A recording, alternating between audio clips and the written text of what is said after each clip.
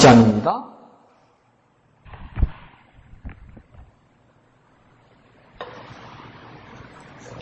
사도행전 20장 28절에서 38절까지 다 같이 한 음성으로 읽겠습니다. 시작. 여러분은 자기를 위하여 또는 온 양떼를 위하여 삼가라. 성령이 그들 가운데 여러분을 감독자로 삼고 하나님이 자기 피로 사신 교회를 보살피게 하셨느니라. 내가 떠난 후에 사나운 이리가 여러분에게 들어와서 그 양떼를 아끼지 아니하며 또한 여러분 중에서도 제자들을 끌어 자기를 따르게 하려고 어그러진 말을 하는 사람들이 일어날 줄을 내가 아노라. 그러므로 여러분이 일깨어 내가 3년이나 밤낮 쉬지 않고 눈물로 각 사람을 훈계하던 것을 기억하라. 지금 내가 여러분을 주와 및 그 은혜의 말씀에 부탁하노니 그 말씀이 여러분을 능히 든든히 세우사 거룩하게 하심을 입은 모든 자 가운데 기업이 있게 하시리라. 내가 아무의 은이나 금이나 의복을 탐하지 아니하였고 여러분이 아는 바와 같이 이 손으로 나와 나 동행들이 쓰는 것을 충당하여 범사에 여러분에게 모본을 보여준 바와 같이 수고하여 약한 사람들을 돕고 또 주 예수께서 친히 말씀하신 바 주는 것이 받는 것보다 복이 있다 하심을 기억하여야 할지니라.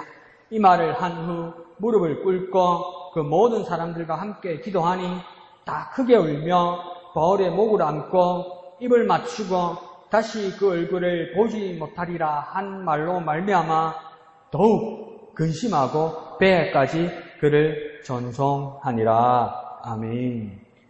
전송인데 어떤 걸로 봅니까? 초상 나가는 것 같죠. 그러니까 자기의 마지막 자기가 죽을 거라는 것을 아는 것도 그렇게 좋은 건 아닙니다. 이게 그죠? 이 남은 시간이 엄청 고통스러워요.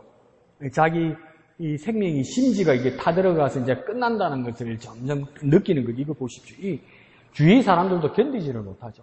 자, 우리가 바울의 3차 전도여행 마지막 부분을 가면서 금요일 아침까지를 보면 또 목요일 것도 보면 그냥 급하게 바울이 움직이다가 그러니까 밀레도 항구라는 곳에 멈춥니다.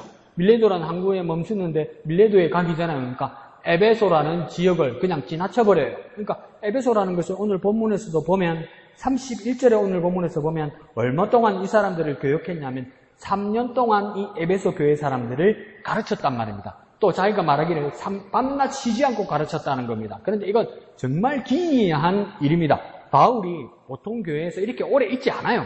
그러니까 그 다음 오래 있었다고 해봤자 고린도 교회에 1년 반, 그것도 오래 있었다고 이야기하거든요. 그러면 에베소 교회를 3년 동안 가르쳤다면 엄청나게 오래 있었던 거란 말이에요. 근데 그런 교회를 그냥 지나가 버려요. 그러면서 밀레도 항구에 있으면서 에베소 교회 교인들 전체가 아니라 에베소 교회의 장로들만 밀레도 항구로 부릅니다. 그래서 여기서 장로들은 누구냐면 행정 장로들만을 말하는 것이 아니라 사역자들을 말하는 것이죠. 전도사, 목회자, 제자들, 이 사람들을 불렀다는 겁니다. 그러니까 교회의 중력들, 일꾼들을 불렀다는 겁니다. 그러니까 바울의 관심은 뭡니까? 교회 일꾼들에게 있었다는 거예요. 아유, 차별하네. 이렇게 생각하지 말고요. 우리가 목영교의 지체라면 우리가 목영교의 일꾼이 되어서 하나님의 관심을 받는 자가 돼야 돼요. 아이고, 하나님도 차별하네, 바울도 차별하네. 그러면 중력들만 열심히 일하는 사람들만, 제자들만, 교회에서 헌신하는 사람들만 따로 불러서 말씀하시네. 예, 하나님 차별하세요. 차별하신다고요.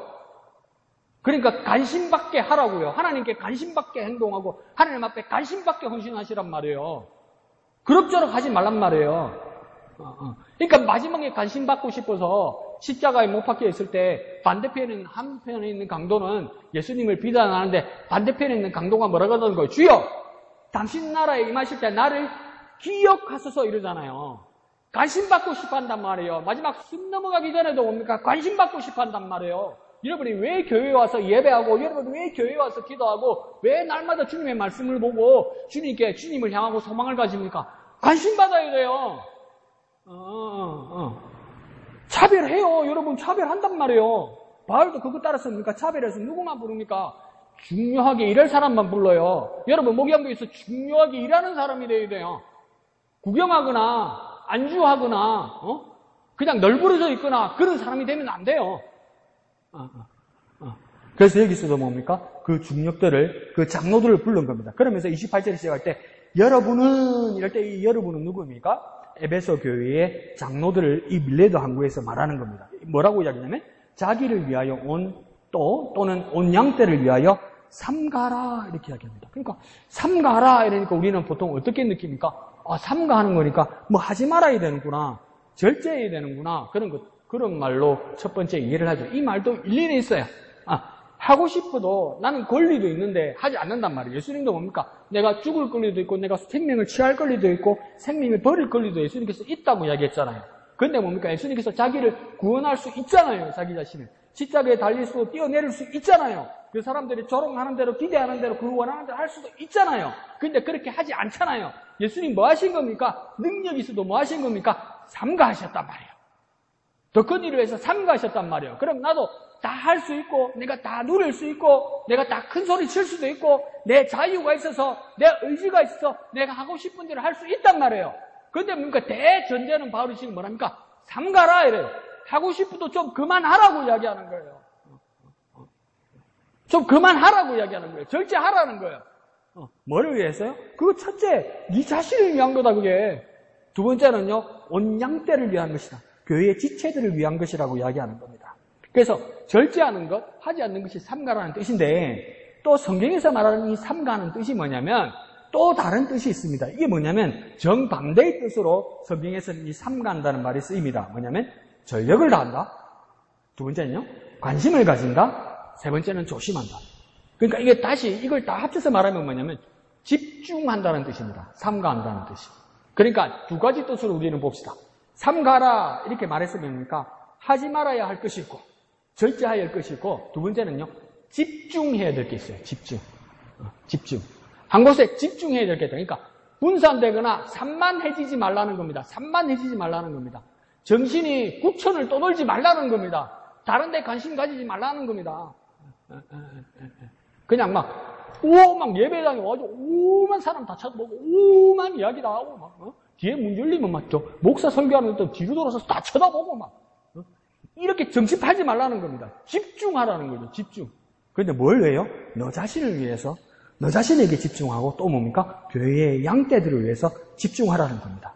이 말씀들은 뭡니까? 자기뿐만 아니라 온 양떼에게 집중해서 관심을 가지고 조심해서 온 힘을 다하라는 겁니다. 힘을 주어야 될 때, 헌신해야 될 때, 에너지를 써야 할 때를 정확하게 알고 집중해서 일하는 겁니다. 집중해서. 그러니까 이건 뭡니까? 누구를 위해서 집중하는 겁니까? 자기 자신을 위해서. 그리고 뭡니까? 온 양떼를 위해서. 이 말은요, 나만큼, 나처럼 공동체 안에 온 양떼 모든 사람들에게 신경을 집중하는 것이 감독자의 일이다. 이 말이에요. 장로의 일이다. 이 말이에요. 교회의 헌신자들의 일이란 말이에요. 더 쉽게 말해볼까요? 교회 오래 다닌 터줏대감의 일이다. 이 말이에요. 교회에서 애처럼 어리광 부리고 애처럼 투정하지 말란 말이에요. 아직도. 인상이 안 좋네. 내한테 기분 나쁜가 봐. 그런 데다가 신경 하지 말란 말이에요. 주님께 집중하란 말이에요. 주님께. 그것이 무엇입니까? 교회의 헌신자들의 일이다. 그래서 28절 하반절에는 뭐라고 합니까? 이만큼 교회 안에 사람들이 중요한 가치를 가진 이유가 무엇이라고 이야기합니까? 28절 끝에 하나님이 자기 피로 사신 교회이기 때문에 하나님이 자신의 피로 자기 피로 사신 교회. 5월인가? 6월 3일쯤 돼서 그 독일의 위르겐 몰트만이라는 신학자가 이제 나이 93살에 돌아가셨어요. 그래서 별로 잘 몰라도 되는 사람이지만 기독교 신앙 역사에 있어서 큰 획을 그은 사람이죠. 그래서 논란의 여지도 있었고 그러나 던지는 메시지도 강했고. 근데 다시 지금 목회자들이나 신학자들이 모여서 물어봐요. 그러면 위르겐 몰트만 다음에 그 뒤를 잇는 훌륭한 신학자는 누굴까? 이름 대봐라면 없을 정도예요, 이제. 없어요.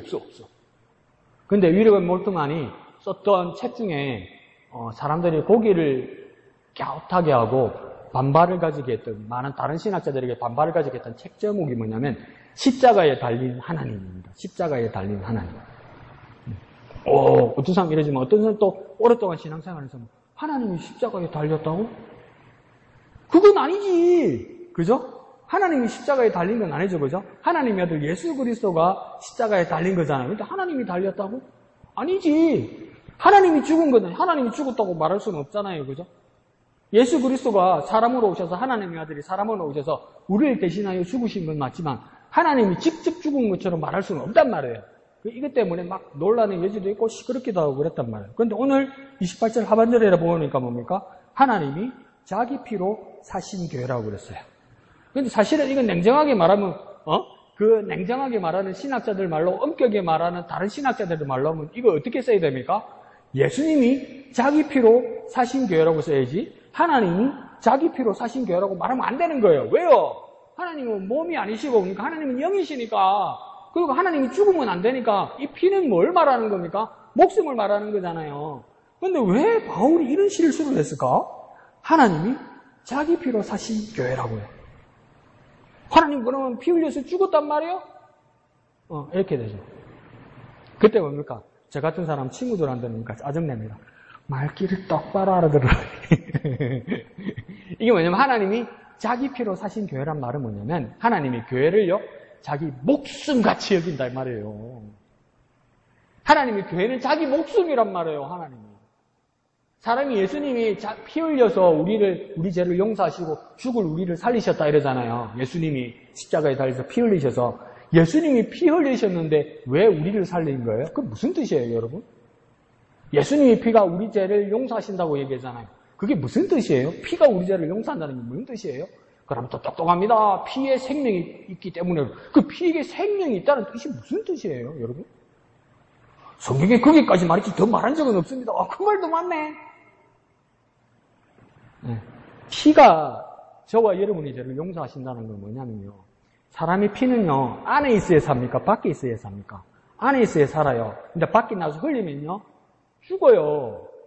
죽는단 말이에요. 그래서 예수님께서 자기 피로 우리 죄를 용서하셨다는 말은 뭡니까? 우리 죄를 위해서 예수님이 자기 피가 밖으로 나왔기 때문에 죽었다는 이야기예요, 여러분.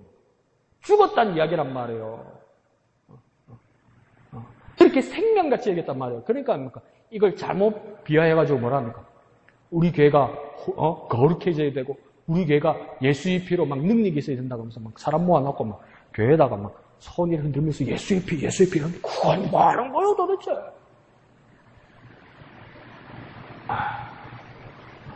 아니요.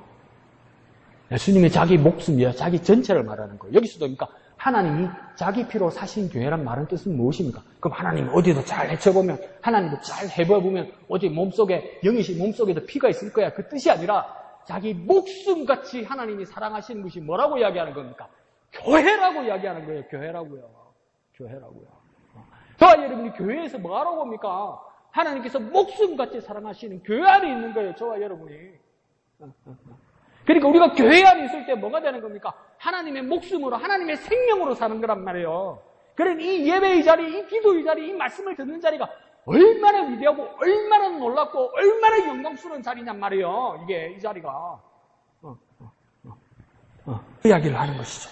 그래서 바울이 뭡니까? 하나님이 자기 피로 사신 교회 안에 있기 때문에 그들 자체가 교회이기 때문에 뭡니까? 그들을 위해서 삼가라는 거예요.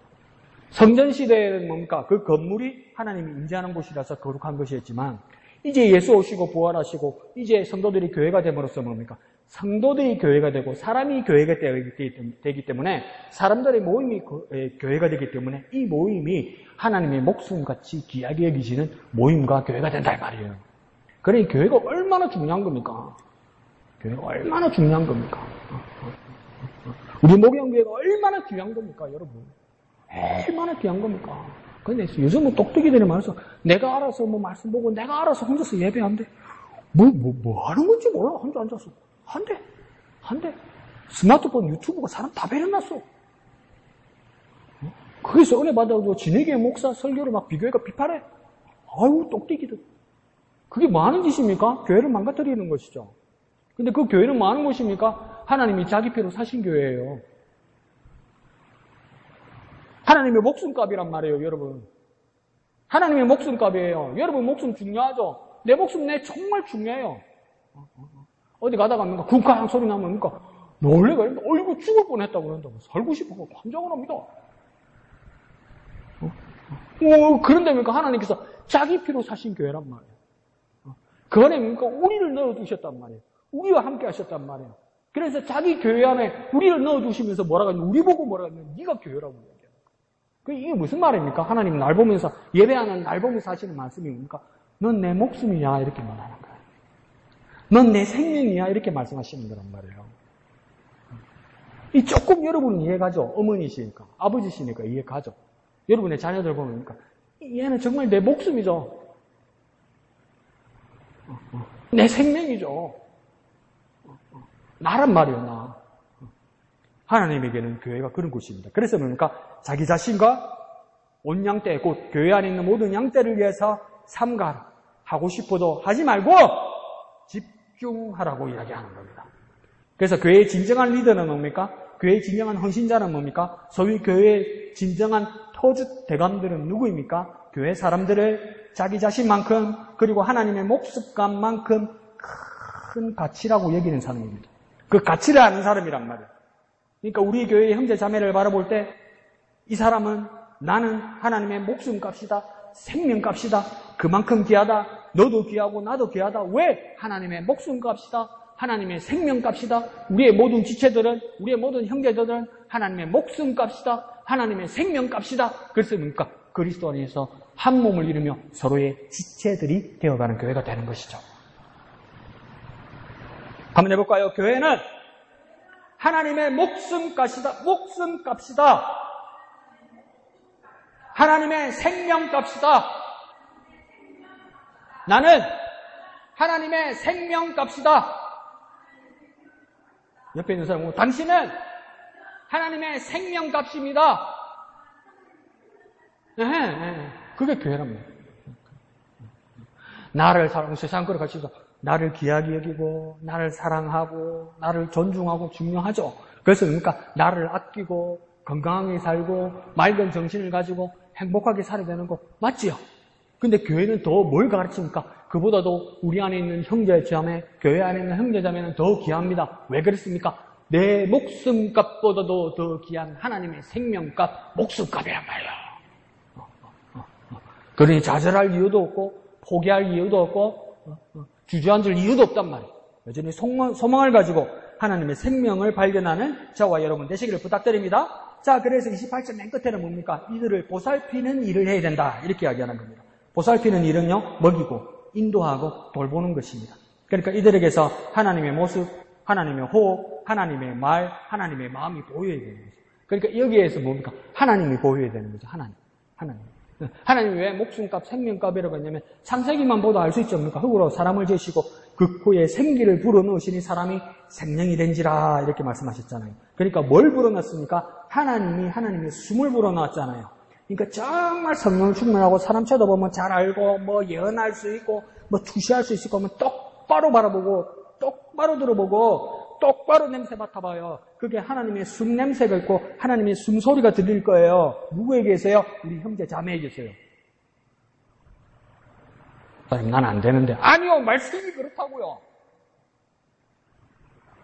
우리 형제 자매의 모습에서 우리 형제 자매들이 왜 귀하다고 얘기해야 되냐면 그곳에는 하나님의 손길, 하나님의 모습, 하나님의 호흡, 하나님의 말, 하나님의 마음, 하나님의 소리, 하나님의 숨소리, 하나님의 냄새까지 있다. 왜? 하나님이 훅 불어넣어 줬으니까 뽀뽀한다 냄새야 이러잖아요. 그 사람 냄새잖아요. 뭐 먹었노 오늘? 냄새야. 내가 뭐 먹었다고 그러잖아요. 그러면 그러니까 흙으로 사람을 짓는 데다가 하나님의 숨을 훅 불어넣었으니까 그게 하나님의 숨 냄새가 있단 말이에요. 그 밑에 들면 냄새가 뭐고 또 찾아봐야 되나 이러지 그 뜻이 아니고 하나님의 흔적이 있단 말이에요. 저와 여러분에게는. 그러니 그 교회 안에 있는 우리를 얼마나 사랑하고 삼가하고 집중하고 절제하고 그들을 위해야 되겠냐 이 말이죠. 그러면서 29절에서 31절까지는 바울이 부탁하기를 뭐라고 이야기하냐면 기억하라는 말로 다 모이게 됩니다. 그러니까 앞으로 교회 안에 무언가 문제가 생길 것인데, 분명히 어려움이 올 것인데, 이를 대처하는 방법이 뭐냐? 기억하라고 이야기하는 겁니다. 그러니까 바울이 뭡니까? 분명히 그냥 순탄하지는 않을 거다. 뭔 일이 생길 거다. 뭔 일이 생길 거다. 우리도 그 느낌이 들잖아요. 뭔 일이 생기겠지. 그냥 아무 일 없지는 않겠지. 아무 일 없지 않겠지. 옛날에 그 뭡니까? 연세병원에 손마림 집사님 입원해가지고 있을 때 목사님하고 우리 교인들 다 병문안 가가지고 뭐랬습니까? 뭐 때문에 입원했냐니까. 별 병도 아니라. 그러니까 막 짜증나고 힘들고 이러니까 혈압이 좀 올랐어. 그래서 입원을 또 했어. 하라 소리도 안 했는데 했어. 그리고 또 재니까 또 괜찮아. 그러니까 내일 퇴원해야 된다니까 또 스트레스가 또 올라. 자고 나면 또 괜찮아. 옷 챙기면 또 올라. 그러니까 우리 목사님 답답해서 이랬어. 사람이 살아있으니까 올라갔다 내려갔다 올라갔다 내려갔다 혈압이 해야지. 사람이 죽으면요 혈압이 그대로예요. 이랬어. 그 목사님 말씀이 정답이죠. 교회라는 곳이 무엇입니까? 분명히 바울도 뭐라고 합니까? 좋은 일도 있지만 어려움이 닥칠 것이다. 교회니까 그렇다. 어려운 일이 생길 것이다. 그때 기억하라고 이야기하는 겁니다.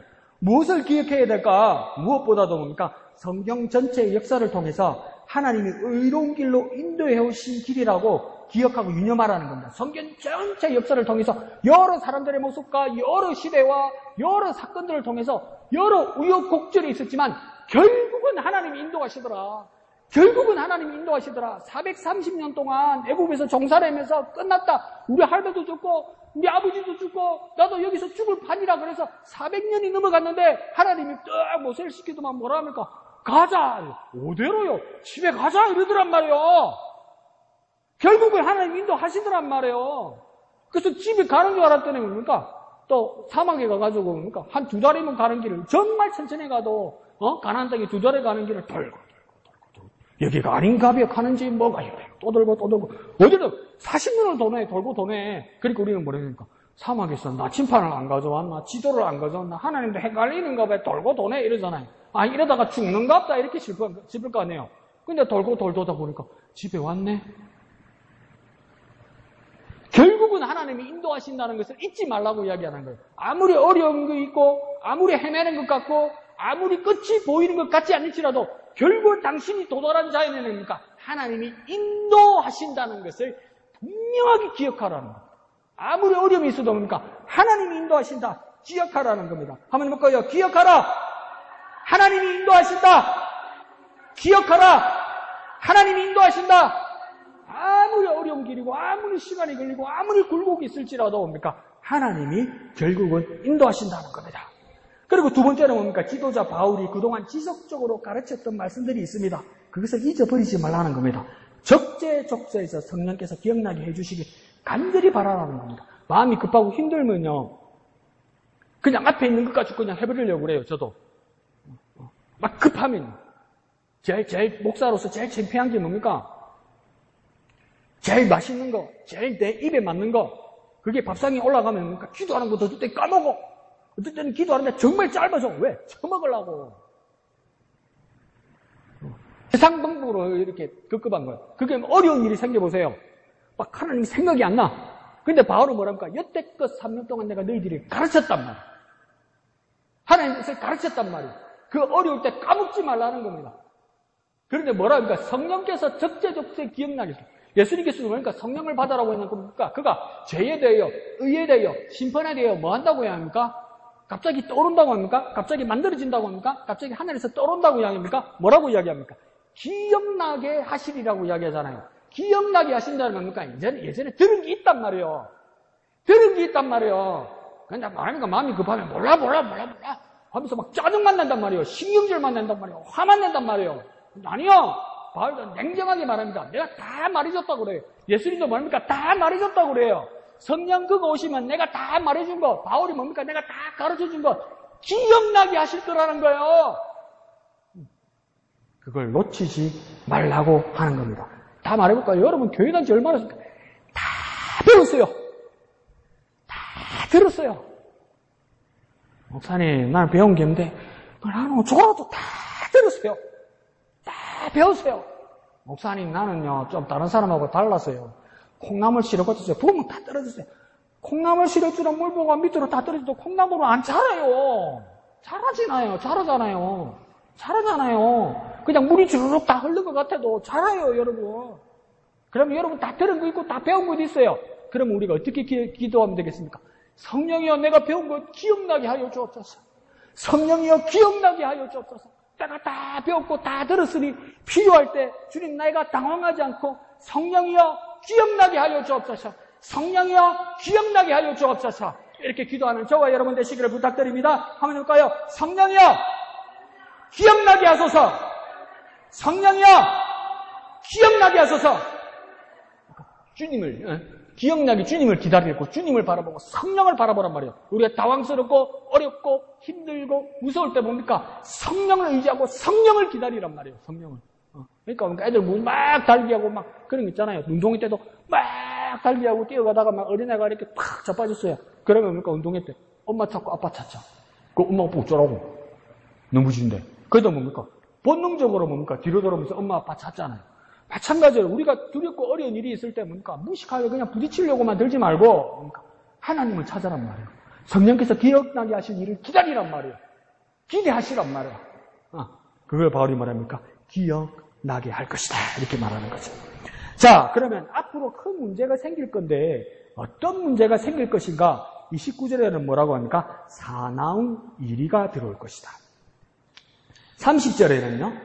여러분 중에 곧 뭡니까? 교회 안에서 일이 일어날 것이다. 그러니까 이 말은 뭐냐면 사나운 이리가 들어온다는 것은 뭡니까? 외부에서 교회 안으로 들어올 거라는 거예요. 그러니까 외부에서 박해가 들어올 거라는 거예요. 외부에서 물리적으로 안 그러면 다른 막 핍박으로 외부에서 교회 밖에서 들어올 거라는 거예요. 근데 교회 안에서 일어난다는 것은 여러분 중에서 일어난다는 말은 뭡니까?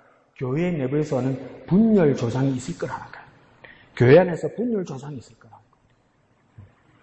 이거 참 어렵죠. 교회 안에서 분열이 일어나는 거. 안에서 일어나니까. 근데 이 두 가지 일이 다 일어날 것이다. 사나운 이리 같은 외부의 공격은 뭡니까? 당시 에베소 교회는 종교적이고 정치적인 핍박과 박해가 일어날 것이다. 외부에서 어떤 정치적인 핍박과 종교적인 핍박이 일어날까요? 유대교인들이 막 쳐들어오는 거죠. 유대교인들이 선동해서 목사님하고 우리 다 같이 그 보았던 것처럼 뭡니까? 회당에 오면 바울 핍박하려고 어떡합니까? 깡패까지 동원하잖아. 깡패까지. 우리 뉴스에서 보는 것처럼 용역들 동원해가지고 검은 모자 씌우고 이 몽둥이 들고 검은 옷 입고 마스크 쓰고 막 철거민 이렇게 쫓아내는 거 있죠. 그거 하는 것처럼 회당에서 주의 복음 전하고 있는데 아니 유대인 종교 지도자가 아무리 마음이 급해도 그렇지 어떻게 깡패를 씁니까? 그럼 끝난 거예요, 여러분. 이거 도덕성이 끝난 거예요, 이러면. 근데 마음이 급하니까 이 짓 하는 거예요. 근데 이런 일이 또 일어날 것이다. 근데 더 문제는 뭡니까? 사두개인 같은 유대인들은 로마 정권을 업고 공동으로 공격할 거라는 겁니다. 종교적인 문제를 정치적으로. 어떻게 합니까? 유대인들 입장에서는 뭡니까? 자기는 여호와 하나님만을 섬겨야 되는데 나사렛 동네 예수가 구원자고 하나님의 아들이 되는 것이 거기에 대한 불만이고 반대인데 그것 가지고는 안 되니까 로마 총독에게 일러봤을 때는 뭐라고 합니까? 예수가 왕이라고 그랬습니다. 예수가 왕이란 말은 무엇입니까? 가이사 황제를 대항하는 게 되면서 정치적인 문제를 뒤집어 씌운단 말이에요. 못됐죠? 진짜 못됐죠? 뒤집어 씌우려면 이래요, 여러분. 뒤집어 씌우려면 이런단 말이에요. 이런 일 당하면 얼마나 답답하고 마음이 괴롭고 막 버선 속이면 뒤집어 보여서라도 말해주고 싶을까요? 억울하죠? 근데 우리도 마음이 급하면 우리가 가해자가 될 때도 있어요. 진짜 그러면 안 돼요, 여러분. 아무리 마음이 급해도 그러면 안 돼요. 그런 일들이 일어날 것이 같습니다. 두 번째, 가장 뼈아픈 것은 뭡니까? 교회 안에서. 여러분 중에 교회 안에서, 교회 내부에서 일어나는 분열이 일어날 것이다. 이게 뭡니까? 자칭 사도라는 사람들이 교회 안에서 사람들을 후릴 거라는 겁니다. 가르쳐서 후릴 거라는 겁니다. 그러니까 당시에도 뭡니까? 니골라 당이 가장 문제가 되었단 말이죠. 니골라 당의 사람들이 계속 일어났죠. 이 니골라 당은 뭐냐면 니골라라는 사람을 중심으로 일어나는 분파주의를 말하는 겁니다. 이게 뭐냐면 사도행전 6장이죠. 6장 끝부분에 가면 헬라파 사람들을 돕는 사역자 7명을 뽑는단 말이에요. 그 중에서 뭡니까? 스테반도 들어있고, 그 중에 한 사람이 누굽니까? 니골라라는 사람이 들어와요. 그러니까, 니골라는 그 당시에는 뭡니까? 교회의 정식 지도자였단 말이에요. 교회의 정식 선생이었단 말이에요. 교회의 정식 사역자였단 말이에요. 근데 이 니골라를 설명할 때 사도행전에서도 그냥 니골라라고 말하지 않고, 니골라의 어떤 이익을 설명하는데 뭐냐면, 이 사람은 안디옥 출신으로서 유대교인이었다가 교회로 들어왔다고 얘기해요. 이 말은 뭐냐면 안디옥 출신이라고 얘기할 때는 뭐냐면 이스라엘 땅에서 자란 사람이 아니라 저 안디옥, 수리아 안디옥이라는 저 터키 지방에서 태어난 사람이라는 거예요. 이민자라는 거예요. 해외 이민자라는 거예요. 근데 부모님이 유대인이라는 거예요. 그러니까 해외 문물을 많이 배운 사람인데 유대교인이었다는 거예요. 그러니까 이방 문화에서 자랐고 그렇지만 유대교인이었고, 근데 이것도 약간 애매한 게 유대인이 아니었는데 유대교인이었던 뉘앙스도 있어요. 자, 그러면 안디옥 외국에서 유대교에 들어왔고, 유대교에서 멈추지 않고 그 다음 뭡니까? 교회 안으로 들어왔어요. 교회 안에 들어왔는데 그 다음 또 뭐가 됩니까? 교회 안에서 또 당파를 만들어요. 그러니까 이 니골라의 모습을 그림으로 그리면 뭐냐면 계속 움직여요. 근데 가는 데마다 휘적거리고 다닙니다. 가는 데마다 휘젓는 거예요. 그래서 요한계시록에서도 나중에 뭐랍니까? 강력하게 주님의 천사가 책망할 때, 한 교회를 책망할 때 뭡니까? 너희가 니골라당의 뜻을 따랐다 이러면서 책망하잖아요. 그러니까 교회 안에서 그것도 뭡니까? 성경을 가지고 엉뚱한 걸 가르친다는 거예요. 가능합니다. 내 마음에 드는 것만 또 쏙이는 것만 뽑아서 아직도 신천지의 그 기본 자료 보면 첫째 시간, 둘째 시간요. 그 단 한 사람도 그 반개 안 될 거예요. 그 가르침이 틀렸다고 말 안 할 거예요. 씨 뿌리는 비유 이런 거 하거든요. 모든 교인들이 할 거예요. 신천지가 아니고 제가 가르쳐 드려도 이럴 거예요. 근데 그게 틀린 거거든요. 근데 성경 가지고 하거든요. 교회 내부에서 이런 일이 일어난단 말이에요. 그리고 그 내부에서 일어나서 어떻게 합니까? 자기로 사람을 끌어들이고 분파를 일으키고 갈등을 일으킨다는 겁니다. 이렇게 달아간다는 겁니다. 문제가 뭡니까? 멀리서 오지 않아요. 가까이서 온단 말이에요. 인간적으로는 정말 친할 거예요. 그래서 막 충격받을 거예요. 저 사람이 나한테 어떻게 이럴 수 있나 할 정도로 충격받고 실망할 수도 있고 그 정을 끊지 못해서 같이 있을 수도 있고 막 그럴 수도 있어요. 어떤 사람들 나한테 그래요. 나하고 잘 지내기도 하고 나도 그 사람한테 잘해줬어요. 근데 나중에 보니까 잘못된 교회예요. 그래서 내가 신사적으로 얘기했어요. 그 교회와 절에 나고 우리 교회를 왜 내가 받아줄 수 있다고 그랬어요. 근데 그분이 마지막으로 나한테 호소하는 게 뭔지 압니까? 목사님이 나한테 어떻게 그럴 수 있냐는 거예요. 나하고 지는 정이 있는데 나한테 목사님이 어떻게 그럴 수 있냐는 거예요. 흔들리더라. 흔들려서 받아주면 교회는 금이 가기 시작하는 겁니다. 이런 일들이 일어날 것이라고 바울이 이야기하는 거예요. 마치 요즘 우리나라의 스파이처럼 점조직처럼 파고든 이단들의 가르침이 있죠. 이것이 어디 신천지 하나님의 교회뿐이겠습니까? 온갖 예언, 신비, 기적이라면서 점조직화에 되어 있는 단체 회원들이 교회 안에서 막 파고들어와요. 그것도 좋아요. 마음에 들고 말이 되는 거라면 좋아요. 좋은데요. 최소한 바울 28절에 엄중하게 뭐라고 했습니까? 삼가하라고 이야기했잖아요. 이건 뭡니까? 본교회의 반대 방향으로 가는 건 하지 말란 말이에요. 아무리 자기가 들은 것 같고 아무리 본 것 같고 아무리 꿈에서 뭘 만난 것 같아도 하지 말란 말이에요. 교회 방향과 다르면 하지 말란 말이에요. 일단 나는 하나님과 직통한다. 직통 계시는 성경 어디 있어요? 그런 말이에요. 자기는 직통 계시를 받아서 다른 목사님도 넘어서고 내가 교회를 이끌어 가야 되는데 하지 말란 말이에요. 자기들이 고집하는 방향으로 교회를 이끌어 가려고 합니다. 그런데 더 무섭고 슬픈 건 뭔지 압니까? 그것을 좋아하는 사람들이 많아져서 그 사람들 따라갑니다. 그러니까 신천지의 전략이 뭡니까? 잘 가르치는 게 아니고 사람의 마음을 얻는 거예요. 교회에 들어와서요. 사람의 마음을 얻어요. 사람의 마음을 얻어서 뭐 하는 겁니까? 목사를 따돌려요. 목사를. 그러면 어떻게 되겠습니까? 목사를 쫓아내죠. 그게 뭡니까? 그들의 모략과 그들의 산 옮기기란 뜻이에요.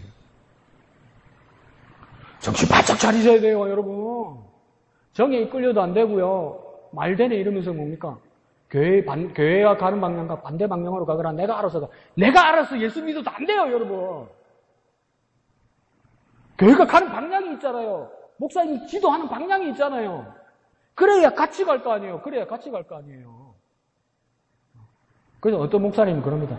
자꾸 다른 교회에 마음을 두고 점을 두면 그게 보내라고. 그냥 억지로 우리 교회에 앉혀놓지 말고 보내라. 니도 괴롭고 내도 그러니까 좋은 데로 보내라고요. 정말 그래야 될지 모릅니다, 여러분. 바로 그러니까 그런 위험이 있을 거라고 이야기하는 거예요. 근데 뭐 좋아서 다 따라갑니다. 근데 우리 교회인데 이 사람 다 따라갑니다. 이 사람하고 잘 지냅니다. 이 사람하고 잘 지내니까 뭐가 됩니까? 지도자, 목사가 뭔가 따돌림 받는 거죠. 그러니까 끼리끼리 친하게 좀 지내지 마세요. 다 같이 친하게 지내야지. 무엇이 뭡니까? 교회에 큰 문제가 될 거라고 바울이 경고하는 거죠. 그래서 31절에 바울은 이 일을 미리 예견하고 오래전에 일깨우고 훈계해 왔다고 이야기합니다. 바울이 있는 동안은 바울이 선방했어요. 근데 바울을 뭐라고 걱정합니까? 또 밀려올 것이다. 이제 또다시 이 세력들이 밀려오면 뭐랍니까? 그때를 기억하라. 내가 가르쳤던 것을 기억하라. 명심하고 깨어있고 말씀에 자신을 복종하라는 겁니다. 그러니까 기억하라, 깨어있으라, 우리 자신을 복종하라는 겁니다. 내 좋은 대로 하지 말고 내가 힘들어도 복종하라는 겁니다. 말씀의 뜻을 따라, 교회의 뜻을 따라 복종하라는 겁니다. 그걸 위해서는 뭡니까? 깨어있어야 되고 기억하고 있어야 되고 복종해야 되는 거예요. 그래 내가 훈련되는 거예요. 이거 다 힘든 거죠. 깨어있어야 되고 기억해야 되고 복종하는 거 다 쉽고 힘든 거죠. 그래야 내가 변화되고요. 그래야 내가 성숙하고요. 그래야 내가 훈련된 사람이 되는 거예요. 내 좋은 대로, 내 편한 대로, 내 좋은 대로, 내 편한 대로, 내 하고 싶은 대로 다 보세요. 다 저와 여러분 교회 안이든 교회 밖이든 내 좋은 대로, 내 편한 대로, 내 하고 싶은 대로. 그럼 그 사람은 어떻게 되던가요? 내가 어떻게 돼 있던가요? 게으르죠. 내 하고 싶은 대로 해서 성실하던가요? 신실해지던가요? 게으르죠. 그래서 그게 요즘은 숨이 턱 막혀요. 예수님의 비유 중에 뭡니까? 악하고 게으른 종아 이렇게 비유하잖아요. 악하고 게으른 종아. 그러니까 뭐 사람이 피곤하고 안 할 수도 있지 이렇게 생각하는데 예수님은 동급으로 넣은 거예요. 게으른 거 그거 뭡니까? 악한 거라고 말씀하세요. 에이 사람이 힘들면 안 할 때도 있고 뭐 흥미가 떨어질 때도 있지. 근데 예수님은 뭐냐면 동급으로 놨어요. 악하고 게으른 종아. 이게 뭡니까? 게으른 건 뭐라고 이야기하는 겁니까? 악한 거예요, 여러분. 게으르면 안 돼요. 그 뜻을 따라야 된단 말이에요. 그러니까 뭡니까? 기억하고 깨어있어 복종해야 됩니다. 한번 할까요? 기억하고 깨어있어 복종하자. 기억하고 깨어있어 복종하자. 그래야 놀라운 부흥을 경험하는 우리 목양교회 되시기를 부탁드립니다. 자, 이런 말씀을 보면 바울도 이 상황에 경도되어 있었던 것 같습니다. 왜 이렇게 말을 하냐면 내가 예루살렘 가면 이제 죽는구나. 그러니까 마지막 중요한 말들이 이렇게 막 해줘야 되는구나. 그래서 마치 이별하는 것도 같고 막 영원한 이별 같기도 하고 다시 보지도 못하고 이대로 죽을 것 같은 예감도 들고 그런 생각이 드는 겁니다. 근데 우리가 28장까지 보면 뭐 어떻습니까? 알고 보면 안 죽어. 죽는다고 난리가 났는데 안 죽어. 알고 보면 틀린 건데 뭡니까? 어투를 보니까 32절에도 뭐라 합니까? 부탁하노니 세우사 기업이 있게 하시리라. 부탁하노니 세우사 기업이 있게 하시리라. 이런 거 보니까 뭡니까? 나는 없고 그러나 너희들은 잘 돼야 된다. 잘 있거라. 나는 간다. 그래도 교회는 잘 돼야지. 너희들은 건실해야지. 내 마지막 유언이다. 이렇게 말하는 것 같잖아요. 그런데 사도가 지금 장로들에게 에베소 목회자들에게 하는 말이면 그 내용도 주체도 달라지는 겁니다. 이게 유언이라서 잘 있거라 나는 간다 그렇게 끝나는 것이 아니라 한 절에 32절 한 절에 3번이나 반복되듯이 뭐가 반복됩니까? 말씀입니다. 말씀. 다시 말하면 뭡니까? 말씀에 부탁하고 말씀이 성도를 세우고 말씀이 기업을 있게 하시리라 이렇게 말씀하세요. 그러니까 이건 뭡니까? 그냥 유언이나 끝나는 작별 인사가 아니라 뭡니까? 떠나는 이야기보다도 더 중요한 건 뭡니까? 세우는 이야기란 말이에요. 일깨우는 이야기란 말이에요. 굳건하게 하는 이야기란 말이에요. 무엇이 나를 세우고 무엇이 나를 굳건하게 하고 무엇이 나를 반석 같게 만드는 겁니까? 하나님의 말씀이 그렇단 말이에요. 하나님의 말씀이. 말씀 앞에 서야 된단 말이에요. 니하고 내고 만난 정이 얼만데 당신하고 나하고 가지고 있는 관계가 얼만데 그거보다 더 중요한 건 뭡니까? 떠나갈지라도, 사라질지라도, 없어질지라도, 내가 어떻게 될지 잘 모를지라도 가장 선명한 건 뭡니까? 하나님의 말씀이란 말이에요. 당신과 나 사이가 멀어질 수도 있고 가까워질 수도 있고 등 돌리고 원수가 될 수 있을지는 몰라도 영원히 변치 않는 건 뭡니까? 말씀이란 말이에요. 말씀. 내 기억도 희미해질 수 있어요. 내 기력도 쇠할 수 있어요. 내 능력도 사라질 수 있어요. 그러나 변치 않는 건 뭡니까? 말씀이란 말이에요. 말씀. 말씀이 세우시고 말씀에 부탁할 수 있고 말씀이 그 기업을 잊게 하신다 이 말이에요. 근데 이걸 뭐라고 바울이 말합니까? 하시리라 이렇게 말하죠. 그러니까 신약 문법책에서 하시리라 이 말은 뭡니까? 미래에 될 것이다 이 뜻도 있지만 하나님께서 하시리라 미래로 말하면 뭡니까? 하나님이 하나님의 의지로 꼭 하신다 이 뜻이에요. 하나님이 꼭 하신다. 하시리라 이 말은 뭡니까? 하나님께서 꼭 하신다 이 말이에요. 하나님이 계획과 능력을 말하는 겁니다. 그러니까 무엇이 이렇게 하신다고 이야기합니까? 네, 말씀에 일이 일어난다는 겁니다. 그러니까 또 어떤 사람 또 이렇게 이야기합니다. 주님께서 알아서 하시겠지. 주님 뜻대로 하시옵소서. 그래서 뭡니까? 내 주여 뜻대로 막 이런 거 갖다 붙입니다. 그래서 나는 가만히 있는데 말씀에 그렇게 되고 말씀이 그렇게 한다고 생각하기도 합니다. 그런데요, 말씀이 저절로 된다는 뜻이 아니란 말이에요. 무슨 말입니까? 내가 말씀 안에 있어야 한다 이 말이에요. 내가 말씀 안에 있어야 말씀이 부탁할 수 있고 말씀이 성도를 세우고 말씀이 기업을 잇게 한단 말이에요. 그 말씀이 역사하기 위해서는 나는 뭐 해야 된다는 겁니까? 가만히 있는 것이 아니라 내가 그 말씀 안에 있어야 된단 말이에요. 말씀을 구경하고 있어서는 안 되고 말씀에 멀찍이 떨어져 있어서는 안 되고 말씀 가지고 누가 하는 거 보고 내가 뒤에 뒷차 타고 가야 되지. 그렇게 하면 나한테는 아무 일도 없단 말이에요. 내가 어떻게 됩니까? 말씀 안에 있어야 되는 거예요. 내가 말씀과 함께 있어야 되는 거예요. 이건 어떻게 하는 겁니까? 내가 말씀 안에 있고 내가 말씀과 함께하는 방법이 뭡니까? 내가 말씀 안에 있고 말씀과 함께하는 방법이 뭡니까? 그게 뭡니까? 말씀 안에 있는 겁니다. 말씀과 함께하는 겁니다. 그래, 안에 있는 거하고 함께하는 게 뭐냐고. 그럼 동그랗게 더 큰 소리로 말합니다. 말씀 안에 있고 말씀과 함께하는 겁니다. 그래, 그게 뭐냐고. 어떻게 하는 거냐고요. 안 해봤습니다. 알아야지. 말씀 안에 있고 말씀과 함께하는 방법은 뭡니까?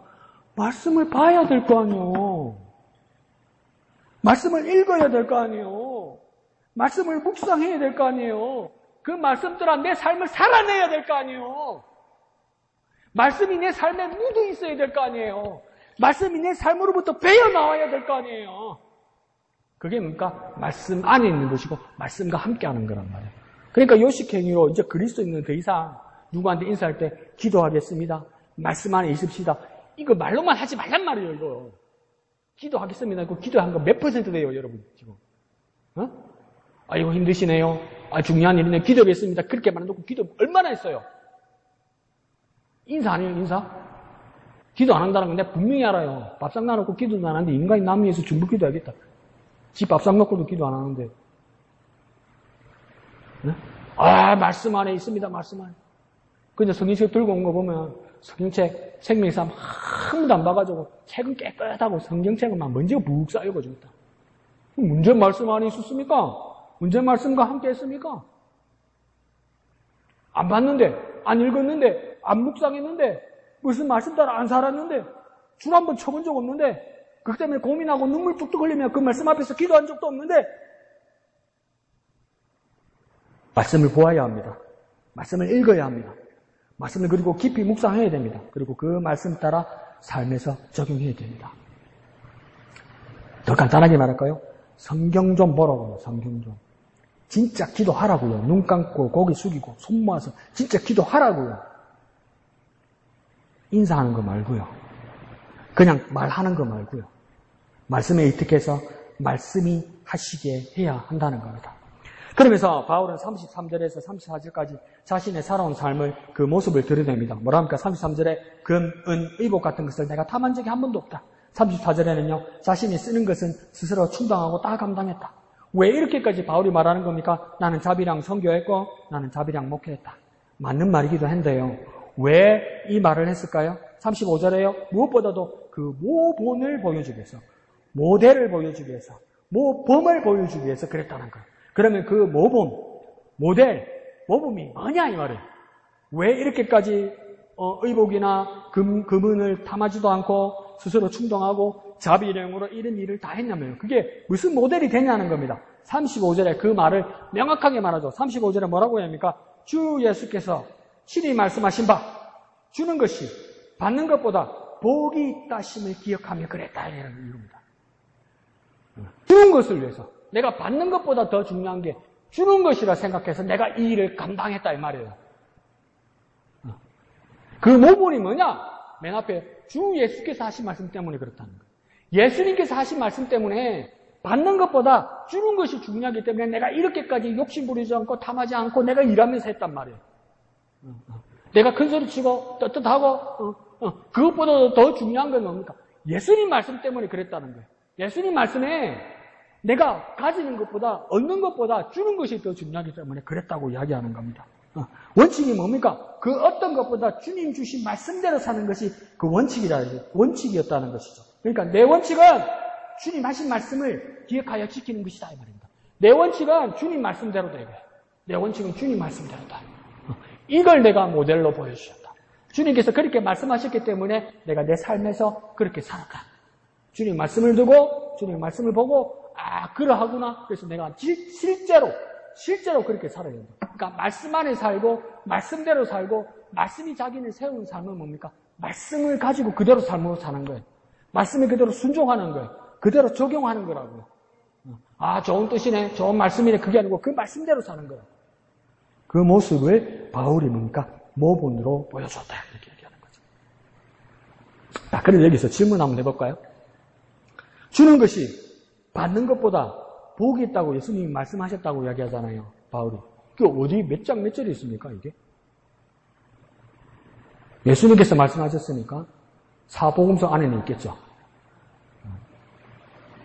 찾아오면 100만 원 줄게.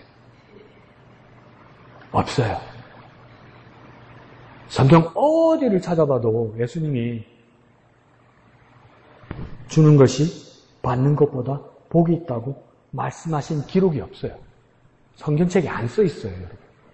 안 써 있다고요, 진짜.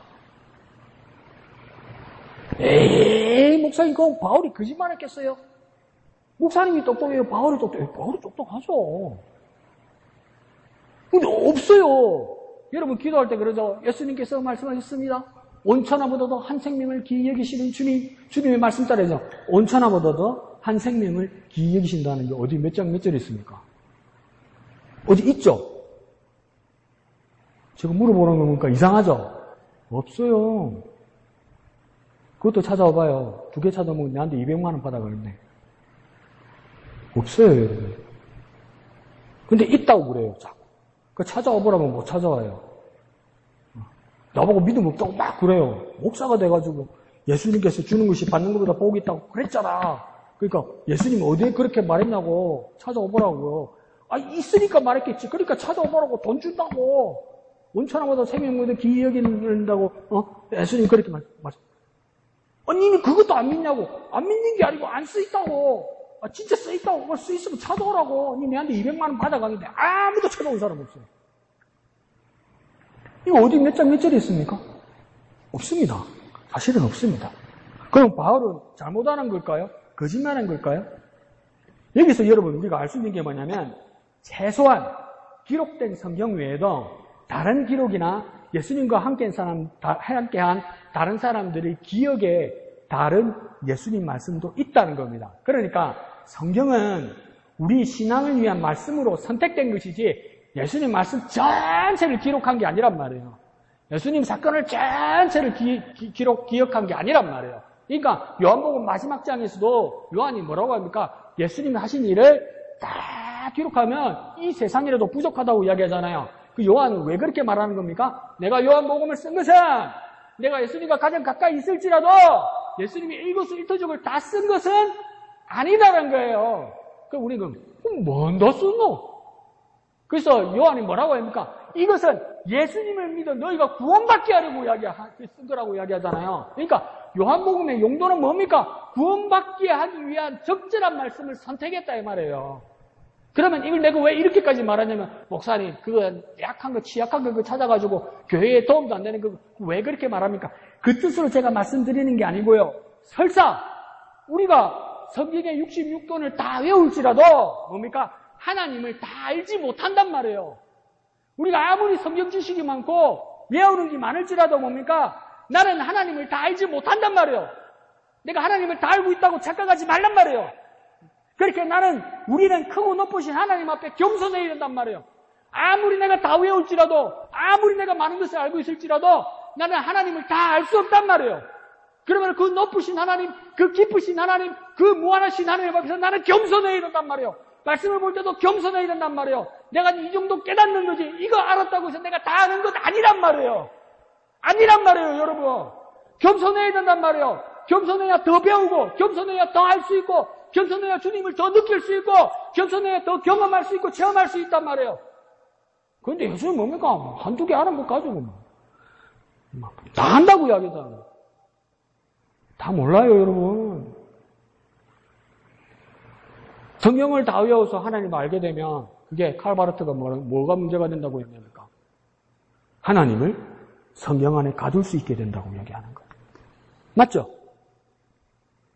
성경을 다 이해하고 성경을 다 외워서 내가 하나님을 다 안다고 내가 자부를 하면 설사 성경을 창세기 1절부터 요한계시록 끝절까지 다 외웠다고 치더라도 그걸 하나님이 다라고 해서 다 외운다고 치면 다 이해한다고 치더라도 그게 만약에 그 말이 맞다고 치면 하나님은 무소부재하거나 전지전능하신 하나님이 못 됩니다. 왜요? 하나님은 성경 66권 안에 갇혀버리잖아요. 하나님 그런 하나님 아니잖아요. 하나님 무한하신 분이잖아요. 겸손하셔야 돼요. 겸손하셔야 돼요. 겸손하셔야 돼요. 하나님 나한테 선명하게 말씀하셔야 돼요. 우경아 겸손해라 이렇게 안 가르쳐요. 하나님 나한테. 까불지 마라 좀. 뭘 안다고. 뭘 그렇게 안다고.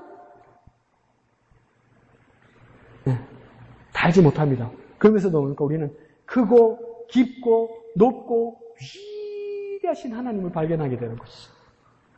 내가 다 알 수 없는 하나님이기 때문에 난 정말 다행이에요. 하나님이 내 수준이 아니잖아요, 여러분. 그 얼마나 다행이에요, 여러분. 하나님이 내 수준이 아닌 게 얼마나 다행이에요. 하나님이 내 수준이면 여러분이나 나나 구원받고 천국 가겠어요? 하루는 지옥 갔다가, 하루는 천국 갔다가, 하루는 딴 데 놀러 갔다가. 뭐가 되겠어요? 하나님이 내 수준이 아니니까 얼마나 다행입니까?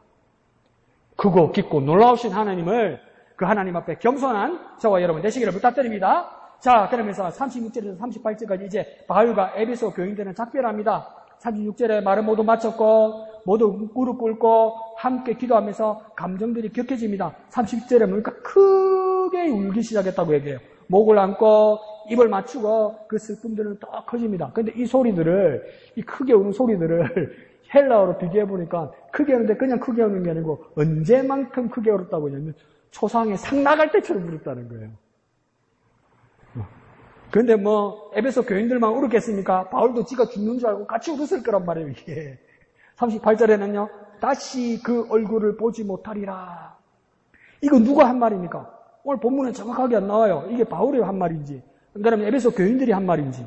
나중에 우리 주일날 본문 보면 뭡니까? 빌립의 그 자녀들, 그 딸들이 뭡니까? 막 퍼포먼스하고 막 예언하면서 막 묶여가지고 막 끝난다고 이렇게까지 이야기해요. 그럼 네가 나의 마음을 얼마나 슬프게 하는 자냐? 막 이러고 서로 울고불고 난리란 말이에요. 그러니 38절에 더 근심이 커집니다. 이건 에베소 교인들만이 아니라 바울도 마찬가지입니다. 그래서 배에서 그를 전송합니다.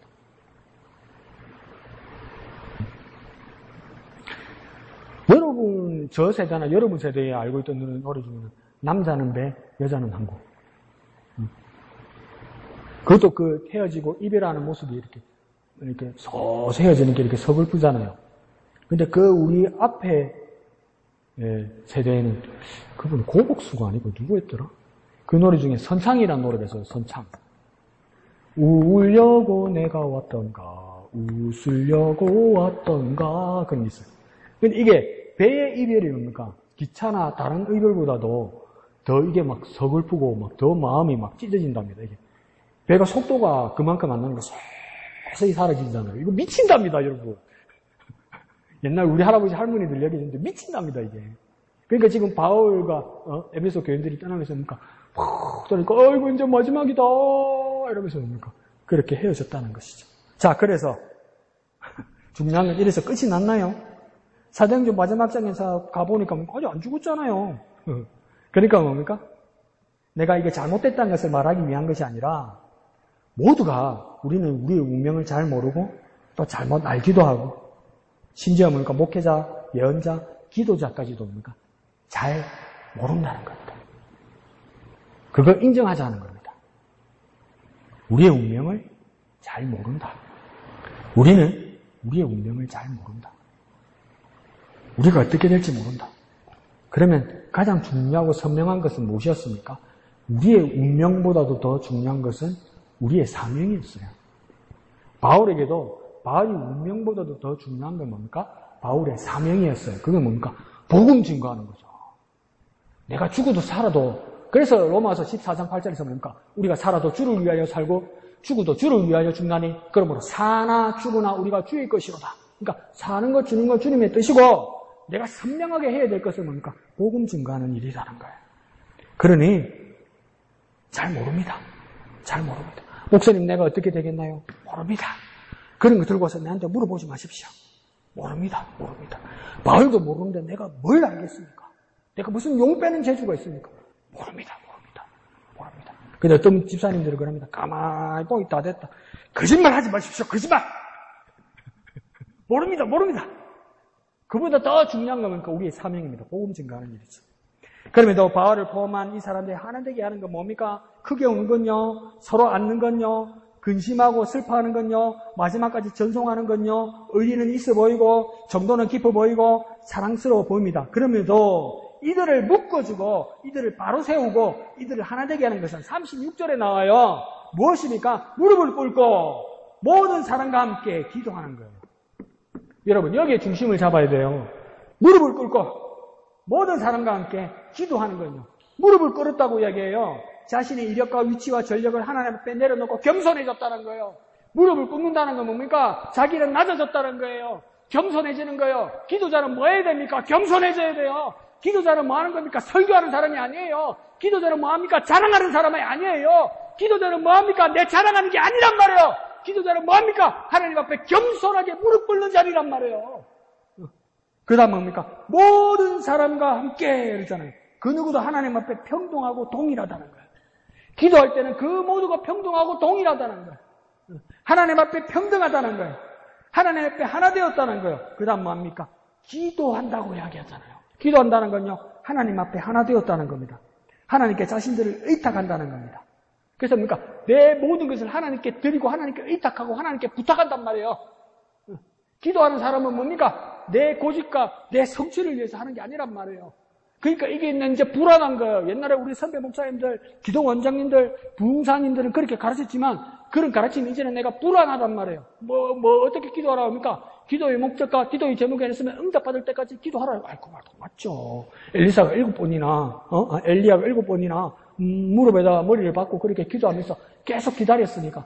또 그렇게 말하면 말은 되는데 뭐라고 합니까? 산에 올라가서 소나무 뿔이 뽑힐 때까지 기도하라고 이야기하잖아. 그래서 뭐라고 하십니까? 네가 죽나 내가 죽나 해버려서 누가 죽고 누가 살자는 이야기입니까 지금? 그럼 내가 되기 위해서 하나님 지금 어떻게 하자는 이야기입니까? 기도는 내 목적의 성취 달성을 위한 것보다도 더 중요한 것은 무엇입니까? 하나님의 뜻을 이루는 거예요. 하나님께 부탁하는 거란 말이에요.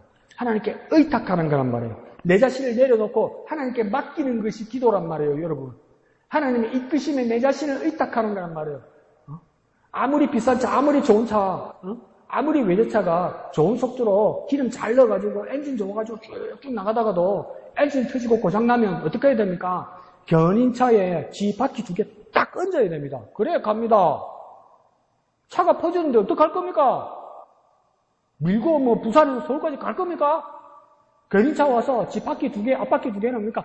딱 얹어야 됩니다. 기도 막 그런 거 같은 거예요. 난 퍼졌어요. 난 할 수 없어요. 그러니까 내 두 손 두 발 하나님 앞에 딱 얹어놓고 하나님 인도함 받는 거예요. 기도는 견인차와 같은 거예요. 나는 망가졌어요. 나는 무너졌어요. 나는 이 위대한 일을 하나님 앞에서 할 수 없어요. 그래서 뭡니까? 내 두 바퀴 하나님 앞에 딱 얹어놓고 그냥 끌려가는 겁니다. 이게 기도예요.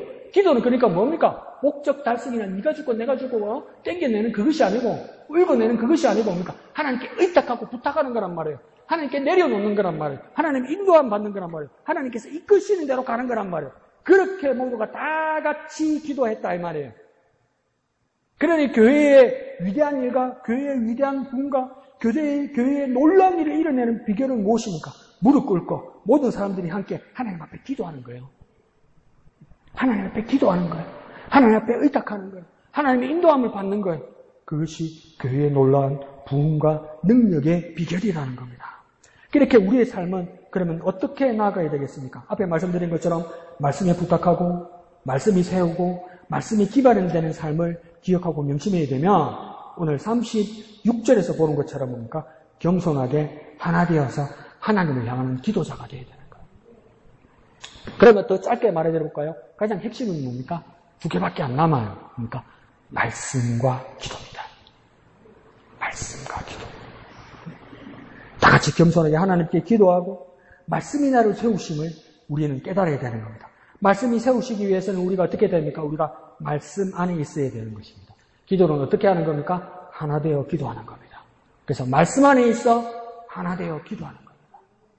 그러므로 놀라운 부흥과 놀라운 역사를 경험하는 저와 여러분 되시기를 부탁드립니다. 한번 해볼까요? 말씀 안에 있고 하나 되어 기도합시다. 말씀 안에 있고 하나 되어 기도합시다. 주님, 내가 말씀 안에 있고 하나 되어 기도하게 하여 주옵소서. 주님께 의탁하고 주님께 의지하고 주님의 뜻대로 이끄심 받는 우리가 되게 하여 주옵소서. 말씀 안에 있어 내가 말씀의 뜻대로 살아가서 놀라운 역사를 경험하게 하여 주시옵소서. 이 시간 기도할 때에 주님의 이름 크게 한번 부르고 다 같이 기도합니다. 주여!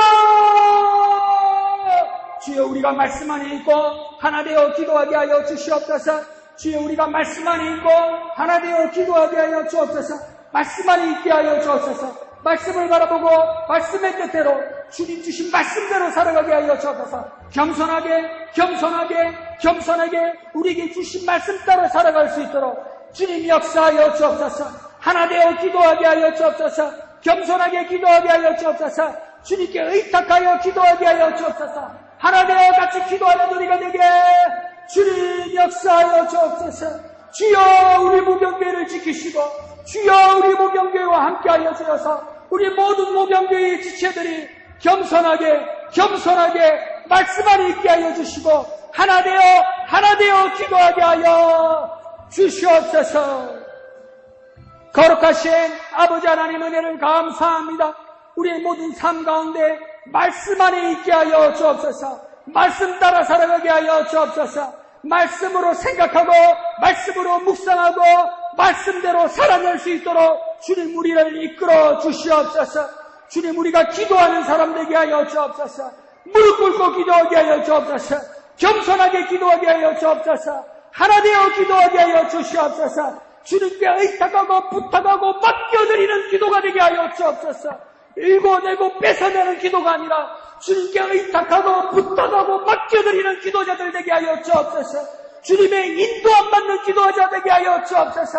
하나님의 하신 일을 경험하고 고백하는 진정한 기도자 되게 하여 주시옵소서. 그렇게 성숙한 목양의 모든 지체들이 되게 역사하여 주시옵소서. 모든 것을 감사드리며 거룩하신 예수님의 이름으로 기도하옵나이다. 아멘. 하늘에 계신 우리 아버지, 아버지의 이름을 거룩하게 하시며 아버지의 나라가 오게 하시며 아버지의 뜻이 하늘에서와 같이 땅에서도 이루어지게 하소서.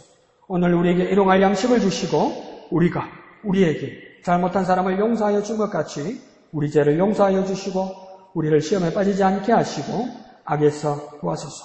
나라와 권능과 영광이 영원히 아버지의 것입니다. 아멘. 주님 감사합니다. 주님 홀로 영광 받아 주시옵소서.